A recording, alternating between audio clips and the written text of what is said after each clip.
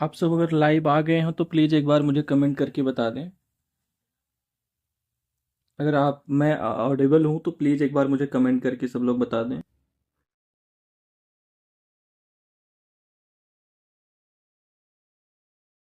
आज हम बात करेंगे 1773 का रेगुलेटिंग एक्ट के बारे में।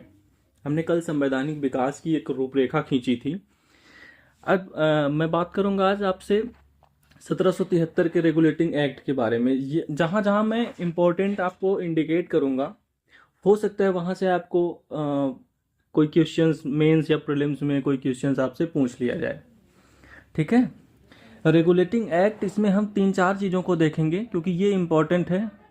बाकी जगह केवल प्रोविजन देखेंगे हम। एक हम देखेंगे बैकग्राउंड, इसकी पृष्ठभूमि। फिर हम देखेंगे प्रावधान। फिर हम देखेंगे सकारात्मक पहलुओं को और नकारात्मक पहलुओं को, पॉजिटिव एंड निगेटिव। ठीक है। क्योंकि ये इंपॉर्टेंट है 73 पे, इसलिए इसको हम थोड़ा विस्तार से देखेंगे। तो लिखना आप शुरू करिए। 1773 का रेगुलेटिंग एक्ट। इसको लिखने से पहले एक और बेसिक बात बता दूं। भारत पर शासन कैसे होगा, तो कंपनी कर रही है शासन। इसको अधिकार वहां के संसद या क्राउन के द्वारा दिए जाते थे। एक पत्र, समझौता होता था, उसी को चार्टर कहा गया, अधिकार पत्र को। उसी पे लिखा गया ये राइट्स हैं, ये ड्यूटी है। सरकार समय समय पर रिन्यू करती रहती थी।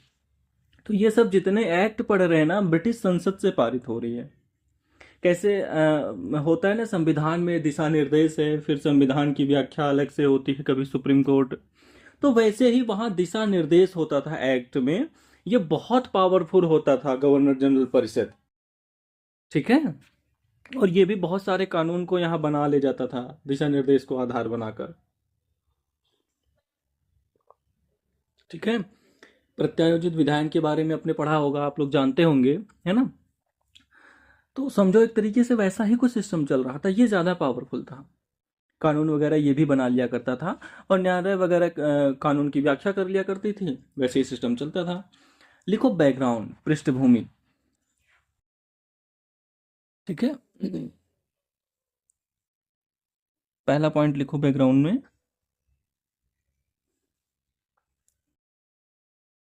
कोई भी सवाल आपको पूछना हो, टॉपिक खत्म होगा, इसके बाद आप सवाल पूछिएगा। लिखो 1773 तक ईस्ट इंडिया कंपनी व्यापारिक शक्ति के साथ साथ, ईस्ट इंडिया कंपनी व्यापारिक शक्ति के साथ साथ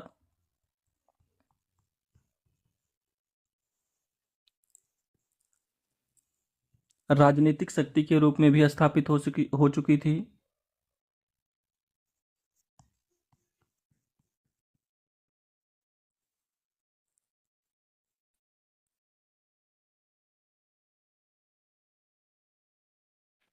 सत्रह सौ तिहत्तर तक ईस्ट इंडिया कंपनी राजनीतिक शक्ति के रूप में स्थापित हो चुकी थी। कंपनी और ब्रिटिश सरकार के संबंध, कंपनी प्लस ब्रिटिश सरकार,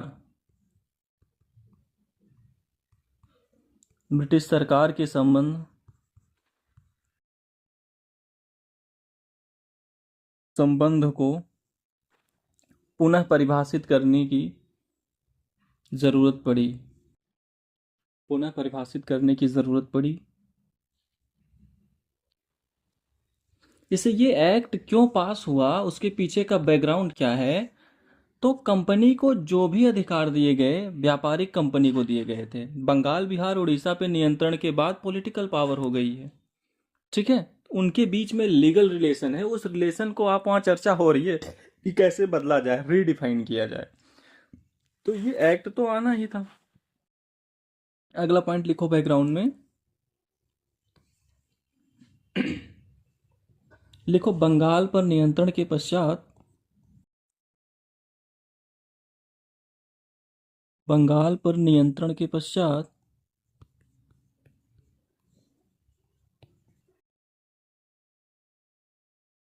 कंपनी के अधिकारियों ने अत्यधिक धन कमाया।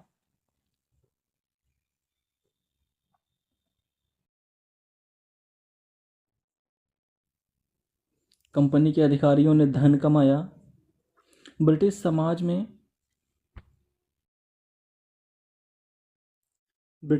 में कंपनी के कर्मचारियों की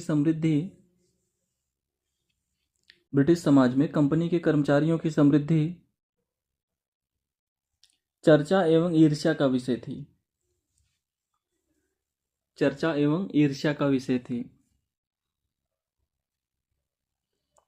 समृद्धि चर्चा एवं ईर्ष्या का विषय थी। ठीक है, चर्चा एवं ईर्ष्या का विषय थी। ठीक है, ब्रिटिश समाज के प्रबुद्ध वर्गों के द्वारा भी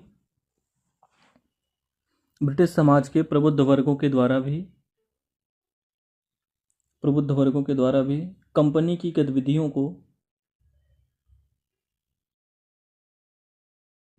को नियंत्रित करने की मांग की जा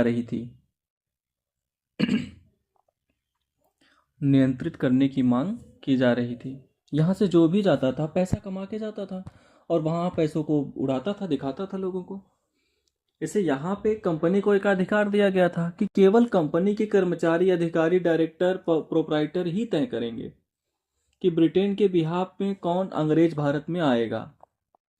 तो भाई आपको यदि भारत आना है तो इनकी आपको चिरौरी करनी पड़ेगी। ये जो बड़े अधिकारी हैं यही आपको भारत में एंट्री देंगे, है ना। तो कुछ लोगों को लगता था कि पैसा बहुत हो गया है, जो बेवजह का पैसा या गलत पैसा कहीं ऐसा ना हो कि समाज को, सिस्टम को भ्रष्ट कर दे। इस पे भी चर्चा होती थी। कुछ लोग ईर्ष्यावश भी चर्चा करते थे कि वो कमा रहे हैं, हम नहीं कमा पा रहे। दोनों तरह की चर्चा होती थी।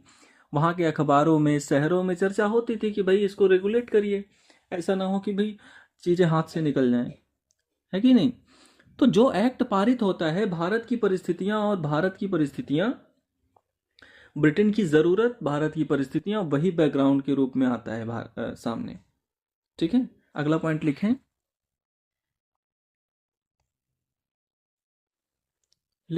भारत में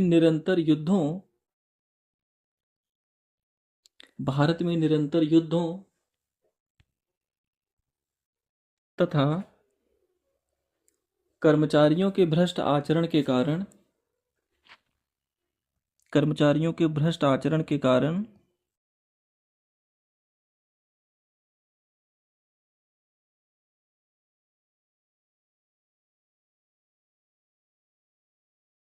आर्थिक संकट का सामना कर रही थी।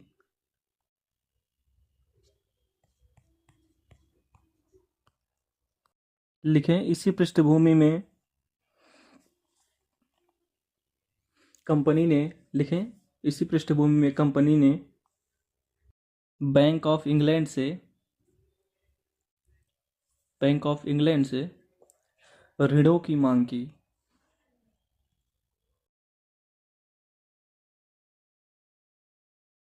बैंक ऑफ इंग्लैंड से ऋणों की मांग की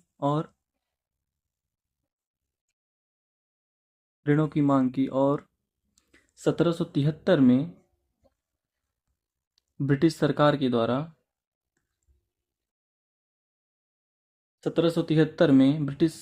द्वारा दो अधिनियम पारित किए गए। एक अधिनियम के द्वारा कंपनी को ऋण उपलब्ध कराया गया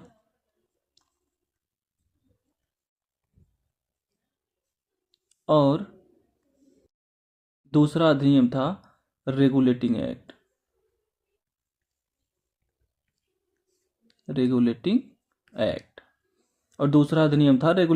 तो 73 में दो अधिनियम पारित हुए। एक जो कंपनी ने पैसे की मांग थी, तो ब्रिटेन ने वहाँ के सेंट्रल बैंक से पैसा जो है दिया, और दूसरे भी एक्ट के द्वारा कंपनी को रेगुलेट किया गया। कंपनी को जो अकाउंट होता था ना, जैसे फायदा या नुकसान, वो घाटे में चल रही है कंपनी के सारे अधिकारी, कर्मचारी माला माल हैं। 1772 में कंपनी ने कहा कि हम अपने शेयर होल्डरों को लाभांश भी देंगे। कंपनी सरकार से ऋण मांग रही है और कह रही है कि शेयर होल्डरों को हम लाभांश भी देंगे। तो इसमें ना जैसे एक होता है कि सतही तरीके से बात रखना, जैसे मैं कह रहा हूँ कि भाई बैंकों से कि मुझे कर्ज दो, और मैं कह रहा हूँ कि भाई नहीं भाई मैं अपने कर्मचारियों को पैसे बांटूंगा मैं, तो बैंक सतर्क हो जाएगी एक बार के लिए कि भाई मामला क्या है पूरा। तो उसमें खूब चर्चा बहस हुई, और फिर हुआ कि कंपनी को रेगुलेट किया जाए। कंपनी थी पावरफुल, इसलिए पावर प्रॉपर रेगुलेट नहीं हो पाया, लेकिन शुरुआत हो गई रेगुलेट करने की।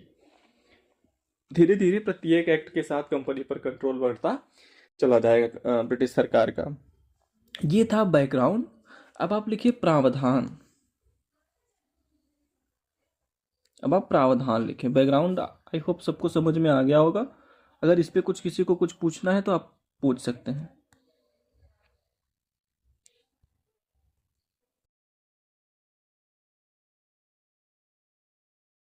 पहला पॉइंट लिखें, कंपनी समय समय पर कंपनी समय समय पर कंपनी समय समय पर कंपनी समय समय पर भारतीय राजस्व भारतीय राजस्व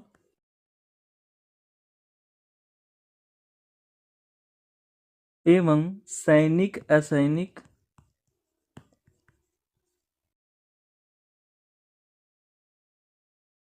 प्रशासन के संदर्भ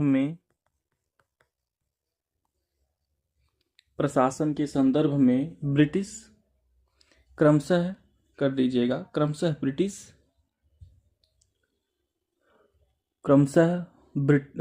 वित्त मंत्री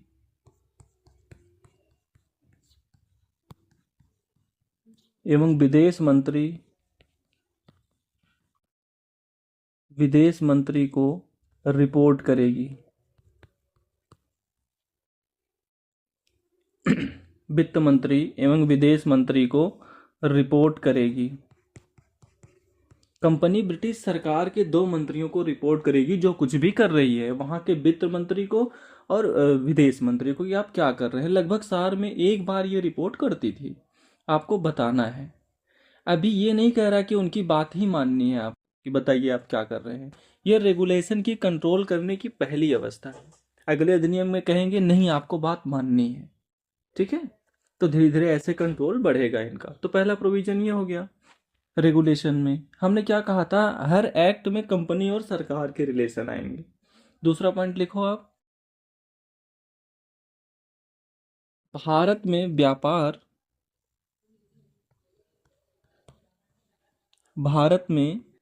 व्यापार एवं नियुक्ति पर कंपनी का एकाधिकार होगा।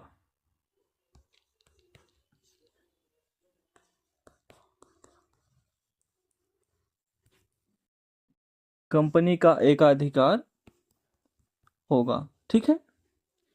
तो नेक्स्ट प्रोविजन आपका यह है कि भारत में कोई भी ट्रेड अंग्रेजों की तरफ से केवल कंपनी करेगी। कोई भी नौकरी होगा भारत में तो कंपनी के द्वारा ही दी जाएगी। अपनी मर्जी से कोई ब्रिटिशर्स भारत आके काम नहीं करेगा, कंपनी के माध्यम से, जो भी कंपनी के अधीन क्षेत्र है, ठीक है। अगला पॉइंट लिखें, भारतीय प्रशासन के संचालन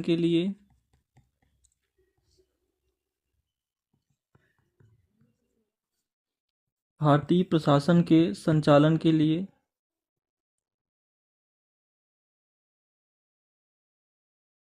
एक बंगाल के गवर्नर जनरल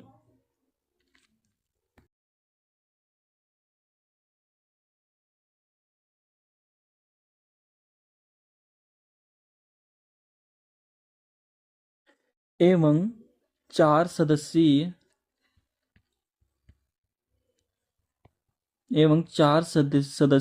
परिषद का प्रावधान किया गया।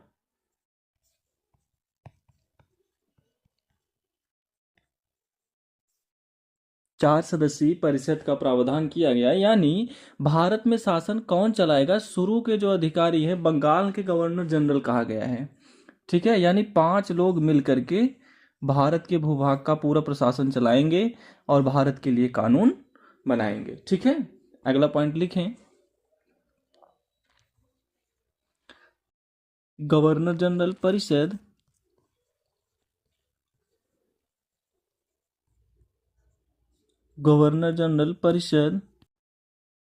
बहुमत के आधार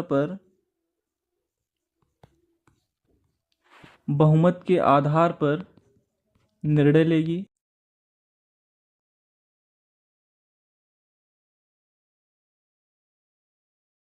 इसमें हुआ क्या, जब ये कानून आया रेगुलेटिंग एक्ट, उस समय भारत का गवर्नर कौन था, वॉरेन हेस्टिंग था। उसमें 4 परिषद जो इसमें चुने गए, अलग अलग नाम था, बोरवेल था, फ्रांसिस था, ठीक है, क्लेवरिंग था। तो उन चारों में ना 3 इसके वॉरेन हेस्टिंग के विरोधी थे। तो जब भी कोई मुद्दा पे डिसीजन लेना होता था, 3 इसके अगेंस्ट चला जाता था, डिसीजन नहीं ले पाते थे। तो अंग्रेज भी आपस में लड़ते थे। तो सिस्टम को धीरे धीरे वो भी एफिशिएंट बनाएंगे, जैसे एक एक्ट की गलती को अगली बार वो करेक्ट करेंगे, है ना। ठीक है, तो निर्णय बहुमत के आधार पर ये तय किया गया था। अगला पॉइंट लिखें।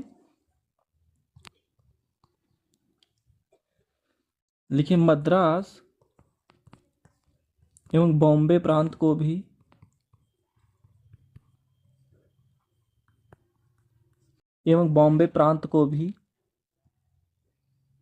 कुछ विषयों में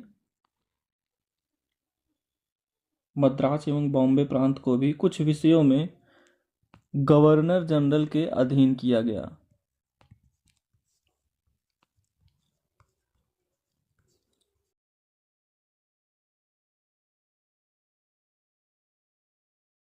ब्रैकेट में लिख लो, यहां अस्पष्टता बनी रही।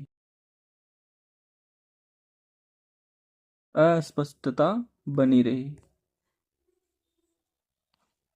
है ना। सुप्रीम कोर्ट के डिसीजन के बाद भी तय नहीं हो पा रहा है कि दिल्ली सरकार के अधिकारी केजरीवाल जी की बात मानेंगे कि नहीं मानेंगे। तो इसको तो अस्पष्टता कहते हैं। एक बार तो आपको बताना पड़ेगा कि भाई इन्हीं मामलों के आपको बात माननी है, इन मामलों में आपको बात नहीं माननी है कि नहीं। तो यहाँ क्लियर नहीं कहा गया कि, कुछ कहा गया कि इनको अधीक्षण का अधिकार होगा। बेसिकली जो वर्ड यूज किया गया, बॉम्बे एवं मद्रास परिषद को अधीक्षक का अधिकार होगा। इस एक्ट के पहले बंगाल के जो गवर्नर थे, बॉम्बे और मद्रास के गवर्नर कमोबेश समकक्ष थे। इस एक्ट ने बॉम्बे और मद्रास के अंग्रेजों को इसके अधीन बना दिया। तो जो समकक्ष हैं वो अधीन हो जाएं तो उनको थोड़ा बुरा लगता है कि नहीं। याद है प्रथम मराठा युद्ध, बॉम्बे परिषद ने क्या किया था, रघुनाथ राव से संधि कर ली थी। वॉरेन हेस्टिंग ने कहा कि नहीं भाई युद्ध नहीं करना है अभी हमें, तो डायरेक्टर ने निर्देश दिया कि नहीं युद्ध करो। यानी उस समय आपस में अंग्रेजों में टकराव था, हमारे टकराव का अंग्रेजों ने फायदा उठाया, बट उनके सिस्टम को हम समझ नहीं पाए, उनके टकराव का हमने फायदा कभी नहीं उठा पाए हम। बहुत रेयर ऐसा एग्जाम्पल मिलेगा जब हमें लाभ मिलेगा। ठीक है, तो ये अगला पॉइंट हो गया। अब देखो क्या है कि ये सारे प्रोविजन क्या है, भारत में प्रशासनिक ढांचे का विकास, केंद्र और राज्यों में रिलेशन कैसे होंगे, ये ना इनिशियल इंपीरियर स्टेज थे, जिसको भ्रूण अवस्था कह सकते हैं। यही धीरे धीरे एक आकार लेगा 1919 तक आके, जब केंद्र और राज्यों के विषय बढ़ जाएंगे। 35 के अधिनियम में केंद्र राज्य के विषय बटेंगे, बल्कि समवर्ती सूची भी आ जाएगी। तो धीरे धीरे रिलेशन ऐसे इवॉल्व करेंगे। अगला पॉइंट लिखो। लिखो, कलकत्ता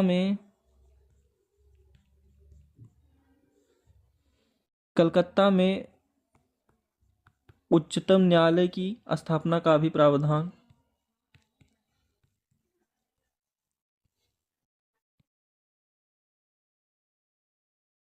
स्थापना का भी प्रावधान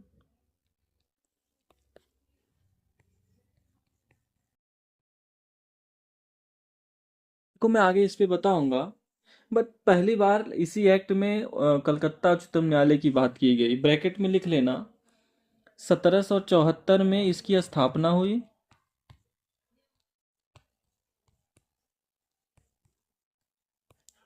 और एलिजा इम्पे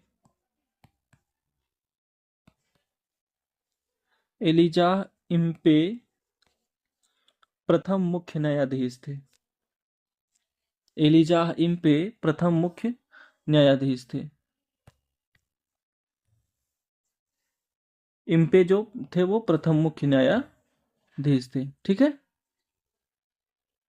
नाम था इनका इम्पे। वैसी जानकारी के लिए भाई की किताबों में मिल जाता है। एक और पॉइंट लिखें आप,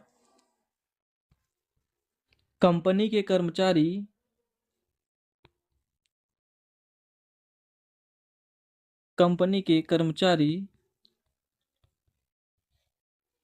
रिश्वत एवं उपहार नहीं लेंगे। उपहार नहीं लेंगे। कंपनी के कर्मचारी रिश्वत एवं उपहार नहीं लेंगे, ये है प्रोविजन। हमें क्या करना है, प्रोविजन को याद रखना है। प्रीलिम्स में प्रोविजन से सवाल होते हैं। जो हमारा जो नोट्स मिलेगा आपको, जब आप पढ़ोगे तो उसमें 2-3 और भी एडिशनल इन्फॉर्मेशन आपको मिलेंगे। ये तो मिलेंगे ही आपको। मैं जो लिखवाता हूँ थोड़ा इसको सरल शैली से लिखवाता हूँ ताकि आपको पूरी बात समझ में आए। किताबों की भाषा में कई बार जो लीगल टर्म होते हैं वो बड़े अनुवादित होते हैं। ठीक है, वो प्रसंविदा और संस्राविक कमोडेटेड, वो ठीक ठीक वो मतलब इसको लगाना पड़ता है ना दिमाग। तो ये कैसे पता चला कि गूगल से ट्रांसलेट करके डाल देते हैं। आपको मैंने तब भी कहा था कि भाई कुछ बोलने से पहले एक बार आप क्लास खत्म होने का वेट कर लीजिए, बीच में आप कमेंट करते हो। मैं समझ रहा हूँ, वो थोड़ा दूसरा इशू है। मेरे बताने का पर्पज ये था कि आपको ये सारे पॉइंट्स बदले हुए शब्दों में आपको मिल जाएंगे नोट्स में। तो आप यहाँ पे अपने नोट्स को यूज करिएगा, थोड़ी इन्फॉर्मेशन, ताकि पता हो आपको ये अतिरिक्त इन्फॉर्मेशन भी है, ये आपको याद रखना है। अब देखो इसका प्रोविज़न हमने क्या क्या लिया। पहला लिया हमने, कंपनी समय समय पर रिपोर्ट करेगी। किसको रिपोर्ट करेगी? वित्त मंत्री और विदेश मंत्री। व्यापार और नियुक्ति पर किसका एकाधिकार होगा? कंपनी का एकाधिकार होगा। भारत में प्रशासन के लिए कितने लोगों की टीम बनाई गई? 5 लोगों की, 1+4 लोगों की। प्रांतों को भी कहा गया कि बात मानिए, बट वो बात मानेंगे नहीं। अभी ये सब आलोचना में भी आ जाएगा। कलकत्ता के लिए एक उच्चतम न्यायालय बनाया गया, इससे भी बहुत सारी समस्याएं थी, समस्याएं थी। और ये प्रोविजन बनाया गया कि जो लोगों की चिंता थी कि बहुत पैसे कमा रहे हैं, तो बहुत कंपनी के कर्मचारी या अधिकारी उपहार एवं रिश्वत नहीं लेंगे। ये एक प्रोविजन किया गया था। ठीक है, अब जैसे इसी प्रोविजन में हमें सकारात्मक पॉइंट्स लेने हैं। ठीक है, इसी प्रोविजन में हमें सकारात्मक पॉइंट्स लेने। सकारात्मक पॉइंट्स कैसे बनाते हैं? लिखो जरा आप, सकारात्मक लिखो। 2-3 पॉइंट्स हैं, इसको मैं करा देता हूं। संसदीय अधिनियम के द्वारा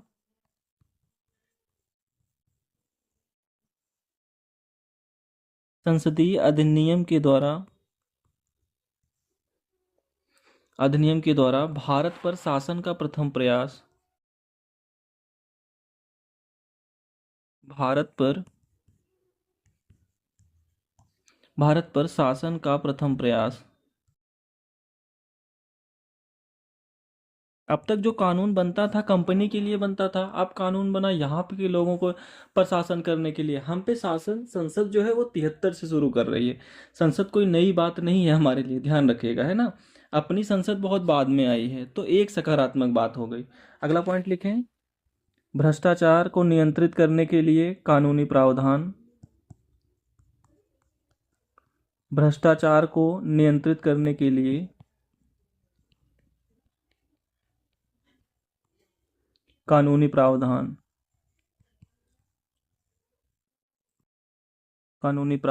ठीक है, एक और पॉइंट लिखें, भारत में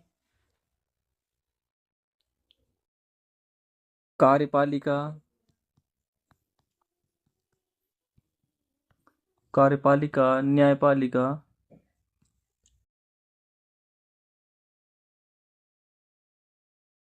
इत्यादि संस्थाएं विकास की प्रारंभिक अवस्था में,